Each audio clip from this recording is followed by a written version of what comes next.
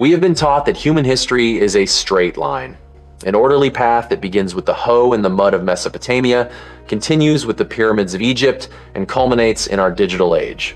But what if this straight line is an illusion? What if our civilization is not the culmination, but only the latest echo of a cycle that has been repeating for millennia? Beneath layers of earth, myth, and oblivion, something refuses to be silent. These are the ruins that should not exist. The stones that tell of engineering, astronomy, and art, born in an era when man, according to history books, was still a primitive nomad. We are not talking about simple villages, but about lost cities, megalithic complexes, and knowledge that seems to have vanished into thin air. Our journey begins with a question that archaeologists prefer not to ask. Who were we before we became who we are? Is there a chapter of human history that has been torn out? A forgotten golden age, swept away by a global cataclysm? We will explore places that defy chronology, from a Turkish temple older than agriculture to submerged cities resting on the ocean floor. We will analyze the evidence of an ancient global network of knowledge and the mystery of the great cataclysm that interrupted the lost cycle of civilization. Prepare to reconsider everything you think you know about the past. 1994 is the year history, as we knew it, died. Not with a bang, but with the sound of a plow hitting a stone in a field in southern Turkey. That stone brought to light Göbekli Tepe, a site that forced scholars to throw away their textbooks. Dated to about 12,000 years ago, Göbekli Tepe is a temple. Not a settlement, but a ceremonial complex. This is fundamental. It means that religion, spirituality, and complex social organization were born before agriculture, before pottery, before sedentary life.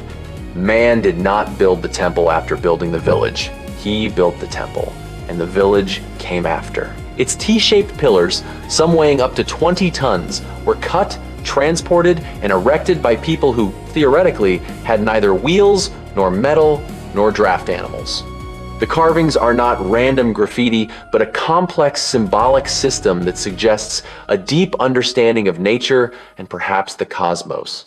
It is architecture born from geometry and a precise purpose. But the greatest mystery is not how it was built, but how it ended. Around 8000 BC, the builders did not simply abandon Göbekli Tepe, they intentionally buried it. Stone by stone, layer upon layer, they covered the entire complex under tons of earth. Why? Were they protecting a secret? Were they hiding knowledge from a later age? Or were they simply closing a chapter, an era, before starting anew? Göbekli Tepe is not alone. A short distance away lies Karahan Tepe, an even vaster and perhaps older site. If Göbekli Tepe was the place of worship, Karahan Tepe might have been the inhabited center, or perhaps another type of ceremonial center. Here, the sculptures are different. We find human figures, often with intense expressions and surprising anatomical details.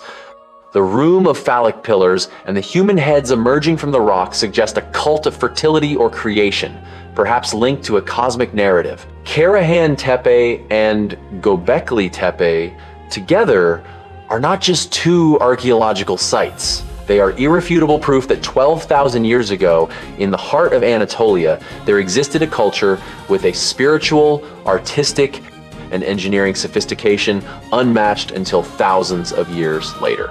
They set the pattern for everything that came after. Celestial alignment, megalithic architecture, symbolic narrative. But if such an advanced civilization existed, what was it protecting itself from? The answer might lie hundreds of kilometers away, in Cappadocia, in the underground city of Derinkuyu.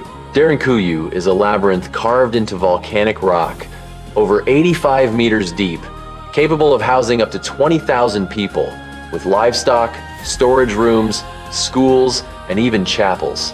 It is not a bunker, but a real underground city. The engineering is astonishing. A ventilation system that guarantees fresh air down to the lowest level, and massive circular stone doors that could seal the passages from the inside. Who built Derinkuyu? And, above all, what were they fleeing from? The dating is controversial, but its function is clear. It was a mass refuge built to survive a prolonged catastrophic event. This brings us to the heart of the mystery, the Younger Dryas hypothesis. About 12,800 years ago, the world changed in an instant. The Earth had just emerged from the last ice age, the climate was warming, and life was flourishing. Then, a cosmic event. The Younger Dryas hypothesis suggests that a fragment of a comet or an asteroid disintegrated in the Earth's atmosphere, triggering a sudden and violent climatic reversal. The impact or explosion would have caused global wildfires, an impact winter, and most importantly, the sudden melting of ice caps. The fresh water poured into the Atlantic would have disrupted the Gulf Stream, plunging the planet into a period of glacial cold that lasted over 1,000 years. The geological evidence is overwhelming. A layer of sediment called the Younger Dryas boundary layer has been found worldwide. It contains nanodiamonds, magnetic spherules, and high concentrations of platinum, all indicators of a cosmic impact. If advanced civilizations like those suggested by Göbekli Tepe and Karahan Tepe existed, this cataclysm would have swept them away. Their coastal cities would have been submerged by the sea level rise of over 120 meters.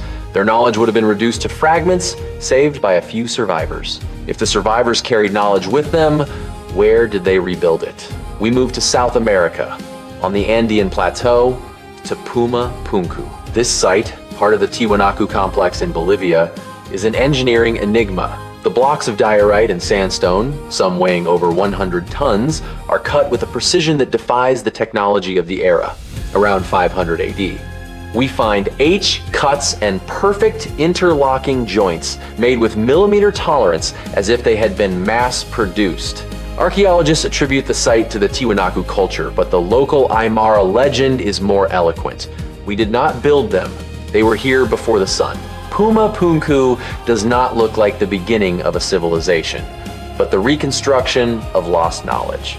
Its celestial alignments, its complex geometry, and the use of extremely hard materials suggest that the builders possess tools and techniques that we still do not understand. Some theorize the use of softened stones or acoustic resonance techniques to cut the rock. Puma Punku, with its almost alien precision, becomes a key point. It is proof that after the cataclysm, knowledge re-emerged, perhaps in a safe and isolated place like the Andean Plateau, only to spread again throughout the world. If the Younger Dryas caused sea levels to rise, the evidence of lost civilizations should be found underwater. In 1986, a Japanese diver, Kihachiro Aratake, discovered something that nature could not have created: the Yonaguni Monument. Off the coast of the Ryukyu Islands, Japan, stands a massive submerged structure shaped like a stepped pyramid. Its features are astonishing: 90-degree angles, perfectly flat faces, staircases descending into the blue, and a series of terraces that recall the architecture of ancient temples. Geologists insist it is a natural formation, a geological anomaly, but the probability that nature carved such a symmetrical structure with right angles and alignments that seem to follow the cardinal points is statistically negligible. If Yonaguni is artificial, it must have been built when it was above sea level, which would date it to at least 12,000 years ago. This would make it older than Göbekli Tepe and place it directly in the Younger Dryas period. It is proof of a coastal civilization swept away by rising waters. Thousands of kilometers to the east in the Pacific lies another mystery linked to water: Nan Madol, the Venice of the Pacific, off the island of Pohnpei. Nan Madol is a city built on 92 artificial islands surrounded by canals. Its walls are made of hexagonal basalt columns, some up to 7 meters long and weighing 50 tons. The inexplicable thing is the logistics. Pohnpei Island has no hexagonal basalt quarries. The columns had to be transported by sea from another island.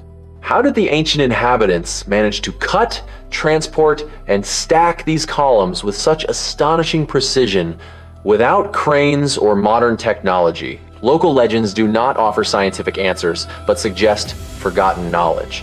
It is said that the builders were sorcerers who used magic or sound to levitate the stones. Nan Madol, officially dated around 1200 AD, seems like an echo, a reproduction of much older knowledge, perhaps an attempt to recreate a global architectural model. But there is more. The hydraulic engineering of Nan Madol is a masterpiece. The canals were designed to manage the tides, and the foundations of the artificial islands are so stable that they have withstood centuries of typhoons. This is not the work of a culture that is learning to build. It is the work of a culture that is remembering how to build. Beneath the basalt foundations, divers have found layers of coral rock that suggest an earlier settlement, built when sea levels were much lower. Nan Madol could be the last incarnation of a pre-cataclysm coastal city, a beacon of knowledge rekindled in the Pacific. The myth of Atlantis, handed down by Plato, speaks of an advanced civilization swallowed by the sea. But perhaps Atlantis was not a single place, but a model of coastal civilization that was repeatedly destroyed.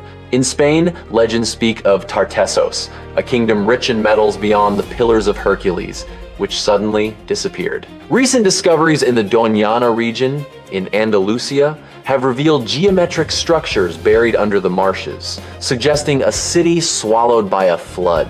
Geological analysis indicates that the area was hit by a mega tsunami at a time compatible with the Younger Dryas. Tartessos, the Silver City, may have been the first European victim of rising waters. Even further east, off the Indian coast, lies Dwarka, the mythological city of the god Krishna.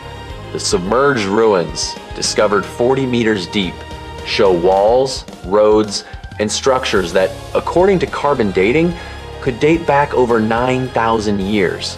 Dwarka is not just a myth. It is a submerged urban complex that testifies to an era when the Indian coast was very different. Its architecture, with massive stone blocks and precise alignments, echoes the same engineering hand seen in other global sites. Dwarka, Tartessos, Yonaguni, they are not just submerged ruins. They are the points of proof that the sea level rise of the Younger Dryas wiped out entire coastal civilizations, leaving only myths and the most resilient structures. Every time the sea returns a fragment of wall or a staircase, it reminds us that our history was written not only on land, but also on the ocean floor. The mystery deepens when we look at the architecture. How is it possible that civilizations separated by oceans and millennia share the same architectural language, the pyramids? Not just the shape, but also the alignment. The pyramids of Giza are aligned with Orion's belt. The same alignment is found in Teotihuacan, Mexico, and in other sites in China and Peru. This is not a coincidence. It is the signature of a shared astronomical knowledge. But it's not just astronomy, it's the mathematics behind the astronomy. The proportions of the Great Pyramid, based on pi and the golden ratio, are the same found in the structures of Puma Punku and the floor plans of Mohenjo-Daro.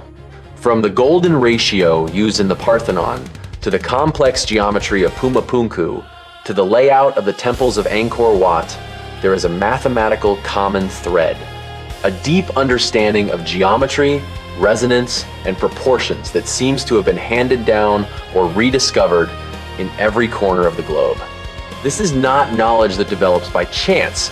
It is a complete system of thought, an intellectual survival kit left by the survivors of the Younger Dryas. Symbolism.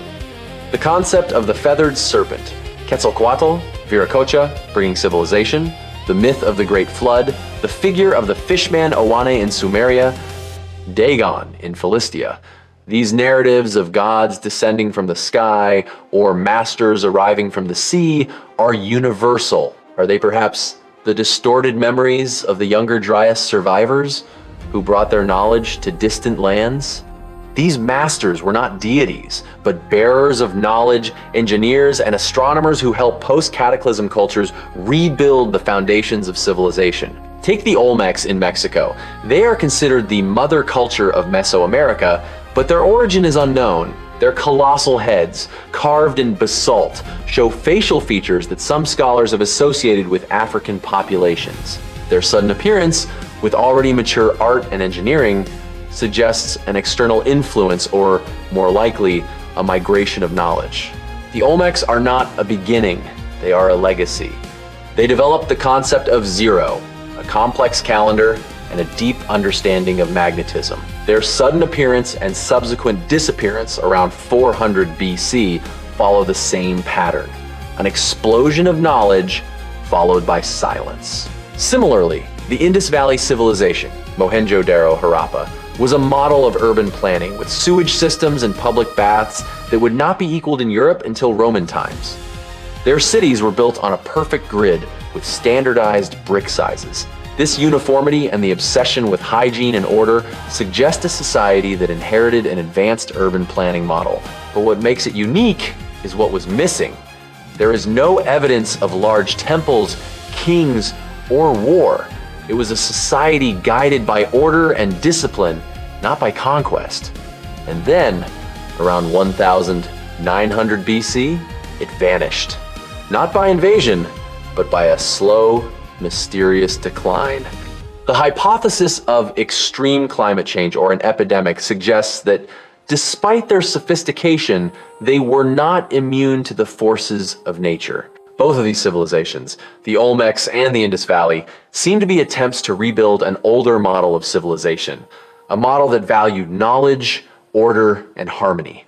They're the children of the younger Dryas, who tried to recreate the lost world with the fragments of knowledge they had saved. The lost cycle theory suggests that human history is not linear progress, but a series of cycles of ascent, apogee, and fall, interrupted by cataclysms. If knowledge is cyclical, then every one of our inventions is actually a rediscovery. Our technology, our architecture, our science could be just the echo of what was already known 12,000 years ago. This would explain anomalies like the Piri Reis maps, which show Antarctica without ice, a condition that has not existed for millennia. These maps are proof that a pre-cataclysm civilization had global geographical knowledge and advanced navigation technology. This would explain why genius seems to appear suddenly, as in the Renaissance. Perhaps Leonardo da Vinci was not an isolated miracle, but a reactivated memory, a fragment of ancient knowledge re-emerging. Our own civilization, with its obsession with artificial intelligence and the conquest of space, is perhaps following a path already traced. We are trying to reach a level of technological mastery that our ancestors have already achieved and which brought them to the brink. History is not over, it is waiting. And every time we dig, we find not only ruins, but also warnings. The idea that humanity has been reset multiple times is unsettling, but it is the only one that explains the presence of these global fingerprints. We are the custodians of a memory that we are slowly reactivating. If lost civilizations are a warning, Easter Island, with the clearest, it is a microcosm of human history. The inhabitants of Rapa Nui built the Moai, colossal statues representing ancestors, transporting and erecting them with astonishing social organization and engineering. But to do so, they cut down the last palm tree, destroying the island's ecosystem. Their fall was not caused by an external cataclysm, but by internal arrogance. They prioritized the construction of monuments, symbols of power and status, over the sustainability of their environment. Their civilization collapsed into war and cannibalism. Easter Island is a natural experiment in sustainability. In a limited environment, their inability to balance innovation with conservation led to self-destruction. Easter Island is our mirror. If the younger Dryas civilizations were destroyed by nature, Rapa Nui was destroyed by itself. It is proof that progress without wisdom is a fragile empire built on sand. Their story is a warning. No matter how advanced your technology is, if you destroy your life support base, collapse is inevitable. Today, our civilization has reached a level of technology that surpasses every previous era. We have machines that think, we have mapped the genome, we have reached space. But we are also closer than ever to repeating the mistake of the lost cycle. The paradox. Lost civilizations did not collapse due to ignorance, but due to their knowledge. Göbekli Tepe, Puma Punku, all show a mastery of geometry, astronomy, and engineering. But this knowledge was not enough to save them. Perhaps their technology itself became their ruin, a weapon they could not control, an experiment that went wrong, or simply an excessive dependence on complex systems that collapsed under the pressure of the cataclysm? Perhaps the real lesson is that technological knowledge is only one part of the equation. The other part is moral wisdom, the balance between the power we acquire and the responsibility with which we use it. The ruins whisper to us, we did not collapse due to lack of technology, but due to lack of humility. The arrogance of believing they had overcome nature, of having tamed cosmic forces, was their condemnation. But there is hope. Every time we dig, every time a diver finds a submerged staircase, every time a geologist analyzes the platinum layer of the Younger Dryas, we are remembering. We are not just discovering the past, we are rediscovering ourselves. The hands that carved Göbekli Tepe are the same hands that write code today. The spirit that built Puma Punku is the same that designs our rockets. The lost cycle is not a condemnation, but a challenge. We are the first civilization in history to be able to look back and clearly see the failures of our predecessors. We have access to a library of ruins, an archive of errors.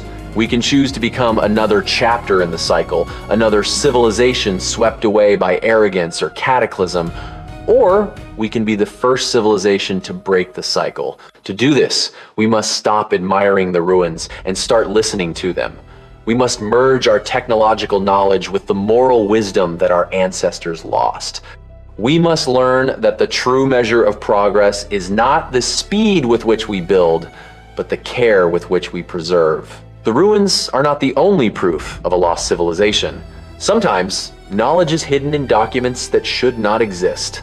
We are talking about impossible cartography. The Piri Reis map, drawn in 1513, shows the coasts of West Africa, South America, and, incredibly, a part of the coast of Antarctica, but not the Antarctica we know, covered by kilometers of ice. It shows the coast free of ice. Geology tells us that the last time that region of Antarctica, Queen Maud Land, was free of ice was over 12,000 years ago, before the Younger Dryas.